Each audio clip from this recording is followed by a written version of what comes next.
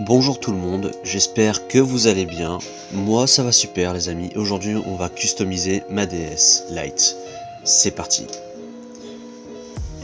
Alors pour commencer, sachez une chose, j'ai commencé à scotcher les contours de ma DS avec du scotch carrosserie. Voilà. Le scotch carrosserie ça permettra, on va dire, de protéger de la peinture les différentes surfaces que vous ne voulez pas peindre. Voilà. Du coup voilà. Donc avec un papier de verre, je commence à frotter contre la surface qui m'intéresse sur ma DS, histoire de vraiment enlever le vernis de cette dernière. Donc là on peut voir ça fait de légères rayures, etc. On pourrait croire que... Bon là on voit que c'est vraiment très blanc. On pourrait croire que je suis en train de la défoncer, mais pas du tout. Je suis juste en train d'enlever le vernis, histoire que ma peinture puisse mieux accrocher par la suite derrière. Voilà. Du coup, bon bah, je frotte, voilà, sachez-le. Pour moi, personnellement, j'ai commencé à mettre du scotch adhésif, enfin du scotch carrosserie sur toute ma DS, pas juste sur les côtés, mais vraiment derrière aussi. J'ai mis plusieurs couches, histoire que ça tienne vraiment et que les différents produits que je vais utiliser ne traversent pas le scotch, justement. Voilà, donc parce que bon, comme vous pouvez le voir, j'ai laissé un rectangle, à peu près un rectangle à découvert, et bah, c'est ça que je vais commencer à peindre du coup, donc voilà. Bref, une fois que j'ai commencé à rayer ma coque, je continue. Je n'hésite pas à essuyer. Bon, moi j'ai pris ma main parce que je n'avais rien d'autre sur moi, mais je n'hésite pas à essuyer avec un chiffon ou quoi, ça peut être très utile aussi. Voilà. Ouais. Là ensuite on va commencer à prendre la première couche de peinture blanche. C'est une sous-couche pour après que ça adhère mieux à la peinture, on va dire. Donc c'est une peinture universelle, hein, acrylique, ça va sur tous les supports. Donc voilà. Et là du coup bah, vous avez mon patron, savoir ce que je vais utiliser sur ma DS, qu'est-ce que je vais faire. Du coup bah voilà, des Spider-Man, un Bouffon Vert et un Venom. Pourquoi un Venom et des Spider-Man? Parce que justement bah j'adore Spidey. J'ai découvert ces jeux sur DS dans un premier temps. Du coup voilà, et vu que bah, je les ai tous sur DS, bah, je suis assez fier. Voilà. Donc là on commence à faire le crayonné. Donc là on en a déjà deux. Là on va avoir le troisième du coup. Donc ça c'est le Spider-Man noir, ça, des années 30, j'allais dire 40. Voilà. Là normalement celui-ci c'est le Spider-Man de Sam Raimi. Non, c'est le symbiote, pardon.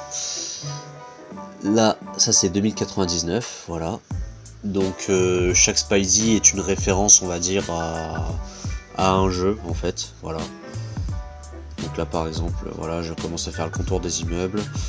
Là je vais faire la grosse tête du bouffon, ainsi que Venom du coup, qui est juste après normalement. Voilà, c'est ça. Je fais d'autres immeubles au loin. Bref, voilà, ça, on commence la couleur petit à petit. Donc chaque Spidey représente un jeu en particulier. Là le premier que je suis en train de peindre, là, qui est debout, c'est le Spidey classique, on va dire. Ça c'est le 2099 et le Sam Raimi du coup. Voilà. Après nous allons avoir la version Ultimate, la version symbiotique et la version 2004 et la version années 30. Du coup voilà.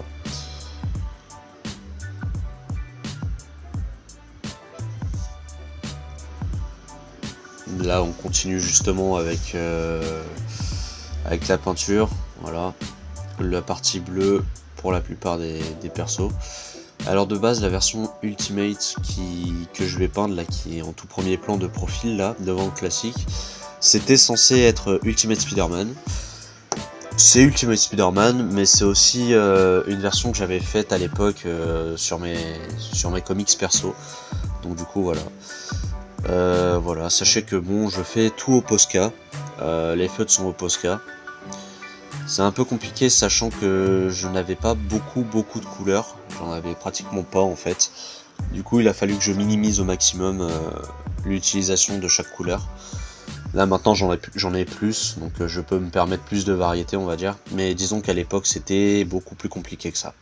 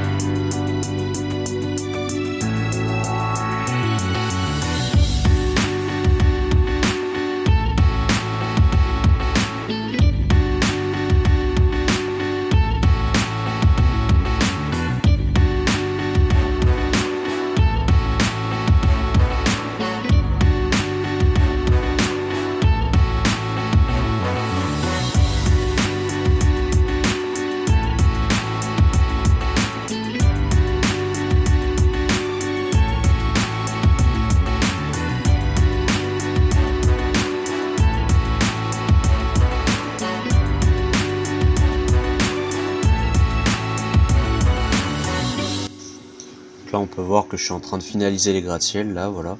J'ai fait pas mal de trucs, hein, je vous laisse regarder en même temps, hein, mais bon. C'est vrai que j'ai pas grand chose à dire dessus, hein, c'est pas...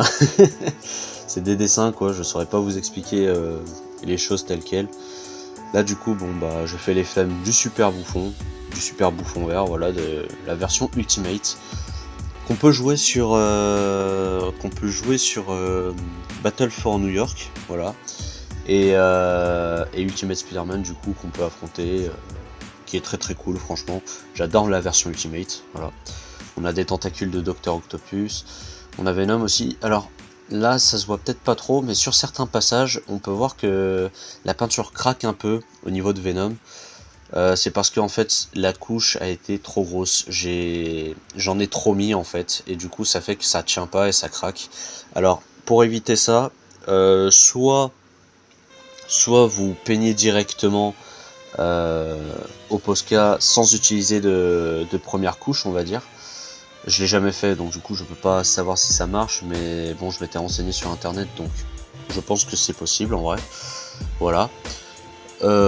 Soit bah, vous essayez de limiter, enfin de mieux vaporiser votre console, voilà, de ne pas mettre de grosses couches de partout, voilà. Là on fait les contours, voilà. Je parle surtout technique, je parle pas beaucoup des immeubles, mais voilà.